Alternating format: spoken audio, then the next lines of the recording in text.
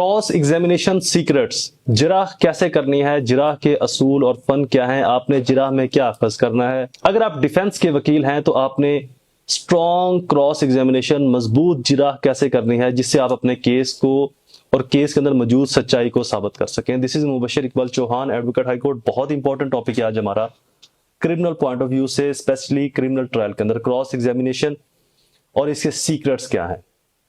Basically cross examination का, जिराह का मकसद गवाह की तजलील करना, डिसग्रेस करना, डिसरिस्पेक्ट करना नहीं होता। मकसद सिर्फ और सिर्फ सच्चाई को जानना है। मकसद सिर्फ और सिर्फ कि आया वो गवाह रेलिवेंट है, उसकी जो बात, उसकी जो हकायक, उसका जो फैक्ट है जो वो बयान कर रहा है 161 में ऑनरेबल कोर्ट के सामने चीफ की सूरत में, तो क्या वो रेलिवेंट भी है या नहीं। क्या उसने वो वकुआ अज खुद देखा या जैसे वो बयान कर रहा है वैसे ही हुआ, या फिर उसको ये वकुआ उस तरीके से मालूम नहीं जैसे वो कह रहा है। उसको ये वकुआ किसी ने बताया है जबकि वो ये कह रहा है कि मैं आई विटनेस हूं। तो बेसिकली उसकी ट्रस्ट वर्थी को, उसकी क्रॉबोरेशन को साबित करना है, गवाह की एथेंटिसिटी साबित करना है, उसको सच्चा या झूठा डिक्लेयर करना नहीं। सबसे पहले क्रॉस एग्जामिनेशन के अंदर अगर तो आप गवाह पर जिरा कर रहे हैं तो गवाह की मौजूदगी को साबित करने पर क्वेश्चन जरूर पूछे। क्या है वो वहां पर मौजूद भी था, वो वकुए पर कब आया, कितने बजे आया, कहां से आया, किस तरह के उसने कपड़े पहने हुए थे, उसको इतला किसने दी वकुए की, क्या वो वकुए पर पहले से मौजूद था या बाद में आया था, किसके कहने पर आया, कितना टाइम लगा, कहां पर था और कहां पर आया, फासला कितना था, कितनी देर में उसने ये फासला तय किया, किस पर तय किया, किस चीज पर वो आया, रूट कौन सा था, किस रूट से वो आया। तो इन चीजों की कैलकुलेशन जरूर कर लें। कुछ चीजों की कैलकुलेशन के लिए आपको टाइम मिल जाता है, बट कुछ कैलकुलेशन आपको ऑन स्पॉट ही करना पड़ती है। जनरल नॉलेज से भी अवेयरनेस रखा करें कि ऑन स्पॉट आपने कैलकुलेशन कैसे करनी है। अगर वो कहता है कि जी मुझसे ये फासला 2 किलोमीटर पर था और मैं गाड़ी पर आया और वो जो रोड है वो बिजी रोड है, तो आमतौर पर अगर हम गाड़ी 60 की स्पीड से चलाएं तो 1 किलोमीटर 1 मिनट के अंदर लगभग तय होता है और 2 किलोमीटर 2 मिनट में। लेकिन यूजली शहर की ट्रैफिक के अंदर 1 किलोमीटर 1 मिनट में तय नहीं होता। सम टाइम अगर 20 की या 30 की स्पीड से गाड़ी चलती है तो अप्रोक्सीमेटली 8-10 मिनट लग जाते हैं। तो ये कैलकुलेशन वहां पर ऑन स्पॉट करना जरूरी है। वकुए के वक्त गवाह किस जगह पर था, उसने कहां पर खड़े होकर ये वकुआ देखा, रोशनी का इंतजाम क्या था, अगर रात थी, अगर दिन था तो वो किस तरफ से और कहां पर देखकर उसने वकुआ देखा, जिस वक्त ये वकुआ हो रहा था एग्जैक्ट उस टाइम वो कहां पर था, क्या वाकई वो देख सकता था, उसकी नजर ठीक है। तो बेसिकली पहला जो आपका क्रॉस का ग्रुप होगा उसके अंदर आपने गवाह की मौजूदगी के बारे में जिक्र करना है कि अगर आपको लगे, आपका क्लाइंट आपको बताया कि गवाह वहां पर मौजूद नहीं था, तो आपने गवाह की वहां पर मौजूदगी मशकूक बनानी है सबसे पहले। अगला मरहला गवाह की जो कॉन्ट्राडिक्शंस हैं, अगर 161 में या चीफ में, पुलिस रिपोर्ट में या अदालत के सामने जो वो बयान देता है उसके अंदर अगर तजादात आ जाते हैं तो उन तजादात को जरूर हाईलाइट करें। उन तजादात के ऊपर बारहा अलग अलग तरह से क्वेश्चन पूछे, सेम पैटर्न पर दोनों तरफ। अगर उसने वहां पर कोई और बात की, यहां पर कोई और बात की, तो एक ही क्वेश्चन को वहां के लिए भी पूछे और यहां के लिए भी पूछे। मजीद इसके अंदर तजाद बढ़ जाएगा उसकी बातों में अगर वो झूठ बोल रहा है तो। क्या गवाह ने कोई नई बात शामिल की, कोई इंपॉर्टेंट बात जो पहले शामिल नहीं थी बाद में ऐड की गई, तो इन चीजों को जरूर हाईलाइट किया करें।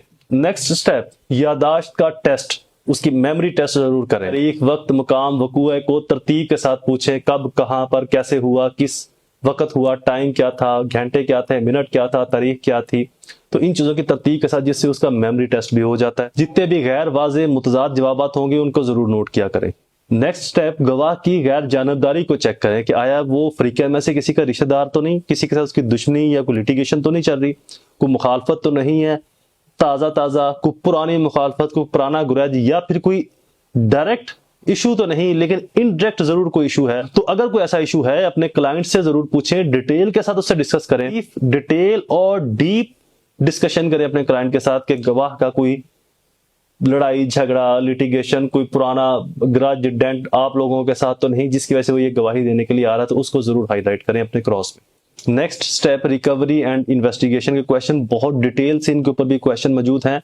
सरसरी सा बता दूं, बरामदगी के वक्त बरामदगी कहां पर की गई, कौन मौजूद था, वक्त क्या था, वकुआ किस जगह पर हुआ, बरामदगी कैसे हुई, दस्तावेजात कैसे तैयार की गई, आजाद गवाह शामिल किए गए या नहीं, आपने रिकवरी मेमो बनाया, रिकवरी मेमो के ऊपर साइन आपने करवाए आजाद गवाहन के या नहीं, दस्तावेजात कैसे तैयार की, कब तैयार की, थाने में तैयार की या वकूआ के ऊपर तैयार की, ये रिकवरी और इन्वेस्टिगेशन से क्वेश्चन है, ये बहुत डिटेल क्वेश्चन इनके अंदर आएंगे, वो भी मैं बहुत जल्दी अपलोड कर दूंगा। So stay connected and subscribe the channel और पेज को फॉलो जरूर कीजिएगा। नेक्स्ट स्टेप, लीडिंग क्वेश्चन या सजेशंस को जरूर पूछा करें। लीडिंग क्वेश्चन भी आप कुछ कर सकते हैं कि क्या ये काम इस वक्त हुआ था, क्या ये इस वक्त हुआ था, तो लीडिंग क्वेश्चन चंद करें। उसके बाद सजेशंस, बेसिकली जो सजेशंस हैं ये डिफेंस का मुद्दा, हकायक, स्टोरी बयान करने का ही एक तरीका है। जो चीज आप इन्वेस्टिगेशन के सामने, जो चीज आप कोर्ट में नहीं कह सकते, जैसे कि चीफ ने कह दिया, जैसे कि गवाह ने, मदई ने कह दिया, उन चीजों को आप सजेशंस की सूरत में ऑनरेबल कोर्ट के सामने रख सकते हैं।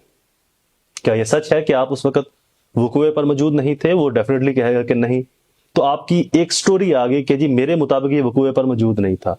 क्या ये सच है कि आपको ये गवाही देने के लिए फलां बंदे ने पैसे दिए? डेफिनेटली वो कहेगा कि नहीं। तो आपकी एक कहानी, एक फैक्ट आ गया कि जी मेरे मुताबिक इसको पैसे दिए गए हैं फलां शख्स की तरफ से।